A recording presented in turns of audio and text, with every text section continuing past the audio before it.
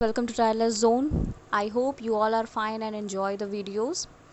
आज का वीडियो शुरू करने से पहले मैं बता देना चाहती हूँ कि प्रीवियस 2 वीडियोस में मैंने यूरोपीय कंपनियों का आगमन शुरू किया है मॉडर्न हिस्ट्री के तहत, और इसमें मैंने पुर्तगाली और डच से रिलेटेड जितने भी क्वेश्चंस और फैक्ट्स बनते हैं मैंने उसमें कराया है, आप उसे देख सकते हैं। आज शुरू करते हैं ब्रिटिश। तो फर्स्ट क्वेश्चन है, ब्रिटिश कंपनी के गठन के समय 1599 में भारत में किसका शासन था? आंसर होगा अकबर। ओके। और जो कंपनी थी उस कंपनी का नाम था the governor of company of merchant finding into east India's.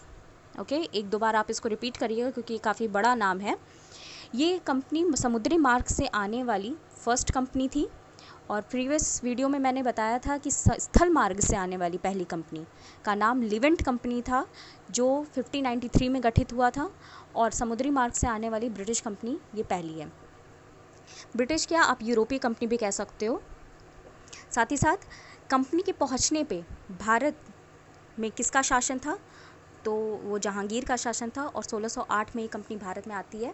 इससे रिलेटेड मैं एक चीज़ बता देना चाहती हूँ कि कंपनी का गठन, इसी को ईस्ट इंडिया कंपनी भी कहते थे।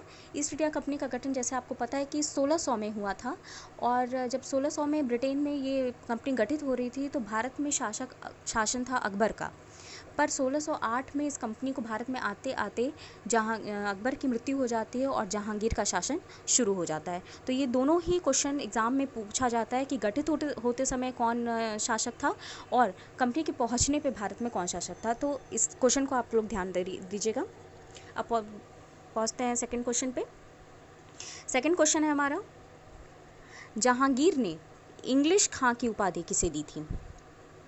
आंसर है विलियम हॉकिंस। आइए इससे रिलेटेड फैक्ट्स जान लेते हैं।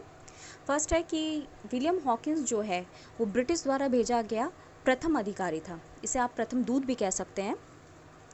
और ये जेम्स प्रथम, जो कि ब्रिटेन का उस टाइम राजा था, उसने दूत बनाकर भेजा था और अकबर के नाम के पत्र लेकर भेजा था।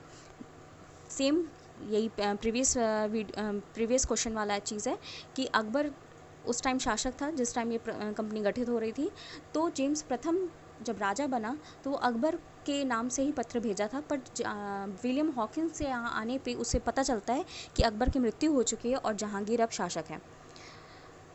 साथ ही साथ ये सूरत बंदरगाह पर उतरता है और जहांगीर से इसकी मुलाकात आगरा शहर में होती है। विलियम हॉकिंस जिस जहाज़ से आता है उस जहाज़ का नाम था हेक्टर।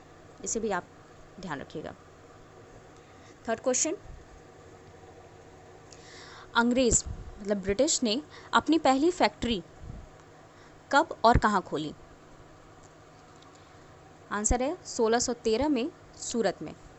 1612 में, इससे रिलेटेड मैं स्टोरी बता देती हूँ कि ब्रिटिश के आने से पहले पुर्तगालियों का शासन यहाँ अच्छा खासा चल रहा था, और काफ़ी क्षेत्रों में पुर्तगालियों ने अपनी फैक्ट्री खोल चुके थे, जिसकी वजह से ब्रिटिश को मौका नहीं मिल पा रहा था अपनी फैक्ट्री खोलने का। इस वजह से 1612 में ब्रिटिश का पुर्तगालियों से एक युद्ध होता है, और वो युद्ध होता है स्वाली स्थान पे। स्वाली स्थान सूरत के पास गुजरात में है, और इसी स्थान पे युद्ध करते हुए अंग्रेज़ों ने पुर्तगालियों को हराया और साथ ही साथ अपनी पहली फैक्ट्री खोलने का अधिकार भी पाया। और इस युद्ध में जो कैप्टन थे ब्रिटिश की तरफ से, ये क्वेश्चन एग्ज़ाम दृष्टि से बनता है, इसलिए दोनों नाम को आप याद रखिएगा। कैप्टन थॉमस बेस्ट और हेनरी मिडल्टन, इन दोनों ने ही अंग्रेज़ों की तरफ से कमान संभाली थी। तो कैप्टन थॉमस बेस्ट और हेनरी मिडल्टन। अगर अंग्रेज़ों की पहली अस्थायी फैक्ट्री पूछी जाए तो वो खुली थी मछलीपट्टनम में। मछलीपट्टनम का दूसरा नाम मछलीपट्टनम भी है, जो कि आंध्र प्रदेश में है। और यहाँ पे इन्होंने 1611 में अपनी पहली फैक्ट्री खोली थी, पर सूरत में जैसे ही उनको अधिकार पत्र प्राप्त हो गया, उन्होंने वहाँ अपनी एक स्थायी फैक्ट्री खोली थी। तो क्वेश्चन करते वक्त ध्यान रखिएगा कि स्थायी पूछ रहा है या अस्थायी पूछ रहा है। आते हैं नेक्स्ट क्वेश्चन पे। फोर्थ क्वेश्चन, टॉमस रो किसका दूत बनकर भारत आया?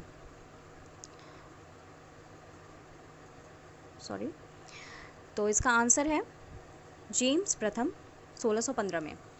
1615 में टॉमस रो ब्रिटिश द्वारा भेजा गया दूसरा दूत था और ये जहांगीर से अजमेर में इसकी मुलाकात होती है और ये भी सूरत बंदरगाह पे ही उतरता है। तो ये क्वेश्चन आपका काफ़ी इंपॉर्टेंट होता है कि जहांगीर से इसकी मुलाकात किस क्षेत्र में होती है। याद रखने वाली योग्य बात है कि ये अजमेर में जहांगीर से मिलता है। Next question 5th, Francis day ने किस शहर की स्थापना की थी? फ्रांसिस डे ने किस शहर की स्थापना की थी? आंसर है मद्रास 1639 में। फ्रांसिस डे को चंद्रगिरी के राजा से मद्रास का क्षेत्र प्राप्त होता है जहाँ पे वो मद्रास की स्थापना करता है और साथ ही साथ वहाँ पे एक फैक्ट्री की भी स्थापना करता है जिसका नाम है Fort Saint George. Fort Saint George. Okay, next question, किस ब्रिटिश राजा को बम्बई का क्षेत्र दहेज में मिला था? किस ब्रिटिश राजा को बम्बई का क्षेत्र दहेज में मिला था? आंसर होगा चार्ल्स द्वितीय। तो ब्रिटिश राजा चार्ल्स द्वितीय का जो विवाह होता है वो पुर्तगाली राजकुमारी कैथरीन के साथ होता है और इसी के तहत पुर्तगालियों बम्बई का जो क्षेत्र होता है, उस टाइम गुजरात भी बम्बई क्षेत्र में ही आता था, उतना क्षेत्र पुर्तगालियों के अधिकार में था। पर कैथरीन से विवाह के पश्चात पुर्तगालियों ने चार्ल्स द्वितीय को इसको दहेज के रूप में दिया। 7th क्वेश्चन, बम्बई का संस्थापक कौन था? It's a very important question. तो आंसर होगा जेराल्ड ओंगियार 1669। 1669 में जेराल्ड ओंगियार ने बम्बई की स्थापना की थी। इस रिलेटेड फैक्ट्स जान लेते हैं। जेराल्ड ओंगियार का एक बहुत ही प्रसिद्ध कथन है जो कि इसने ब्रिटिश कंपनी को, ईस्ट इंडिया कंपनी को पत्र में लिख के दिया था और वो वाक्य ये है कि समय का तकाजा है कि आप हाथ में तलवार लेकर अपने व्यापार का संचालन करें। ये जेराल्ड ओंगियार ने कंपनी को संबोधित करते हुए कहा था जो आज की स्थिति है उसके हिसाब से अब आपको अपने हाथ में तलवार ले लेना चाहिए और अपने व्यापार का संचालन करना चाहिए। एक तरीके से इसका इशारा ये था कि व्यापार के साथ साथ इसके राजनीतिक अधिकार क्षेत्र पे भी अपना अधिकार जमाना चाहिए। Okay, next question 8th, Aurangzeb ने किस मुद्दे पर ब्रिटिश कंपनी से संघर्ष औरंगजेब से किस मुद्दे पर ब्रिटिश कंपनी का संघर्ष हुआ? आंसर है हुगली मुद्दे पर। औरंगजेब का ब्रिटिश कंपनी से 2 बार संघर्ष होता है।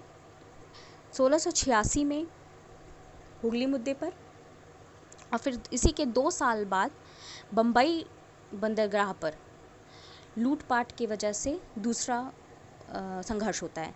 पर पहले संघर्ष की बात कर लेते हैं। अंग्रेज़ हुगली क्षेत्र में जो उनकी फैक्ट्री थी उसे बिना औरंगज़ेब के परमिशन के उसकी किलेबंदी करा रहे थे जो कि औरंगज़ेब को नहीं पसंद आया। दूसरी चीज़, हुगली शहर को लूट रहे थे हर तरीके से, व्यापारिक तरीके से और किसानों को का शोषण कर रहे थे। इन्हीं सब मुद्दे की वजह से औरंगज़ेब का कंपनी से संघर्ष होता है और औरंगज़ेब की जीत होती है और अंग्रेज़ों को भागकर फीवर द्वीप में जाके शरण लेनी पड़ती है। फीवर द्वीप जिसको ज्वर द्वीप भी कहते हैं और ये बंगाल की खाड़ी में स्थित है, वहाँ शरण लेनी पड़ती है। और इन सब मैटर को सॉल्व करने के लिए जॉब चार्नोक ने औरंगज़ेब से माफ़ी मांगी। उसके बाद ही औरंगज़ेब ने दोबारा अंग्रेज़ों को वापस भारत में प्रवेश करने दिया। 9th क्वेश्चन, कलकत्ता की स्थापना कब और किसने की? आंसर है जॉब चार्नोक 1690। इसका सन बहुत इंपॉर्टेंट है, पूछा जाता है क्वेश्चन एग्जाम में, कई दफ़ा आया है कि कलकत्ता की स्थापना किस वर्ष हुई थी। तो 1690 में हुई थी जॉब चार्नोक के द्वारा और इसी कलकत्ता शहर में ही ब्रिटिश कंपनी का प्रथम प्रेसिडेंसी नगर खोला गया जिसको फैक्ट्री भी कह सकते हैं आप। और इस प्रेसिडेंसी नगर का नाम था फोर्ट विलियम। फोर्ट विलियम की स्थापना 1700 में हुई थी। 10th क्वेश्चन और आज के वीडियो का ये लास्ट क्वेश्चन है। फोर्ट विलियम फैक्ट्री का प्रथम अध्यक्ष कौन था? आंसर होगा चार्ल्स आयर। 1700 में फोर्ट विलियम की स्थापना हुई और ये एक ऐसा ब्रिटिश की फैक्ट्री थी कलकत्ता में जिसके अधीन ब्रिटिश ने जितने भी क्षेत्रों में अपनी फैक्ट्रियाँ खोली थी सबको इसके अधीन रखा था। तो this is very important question.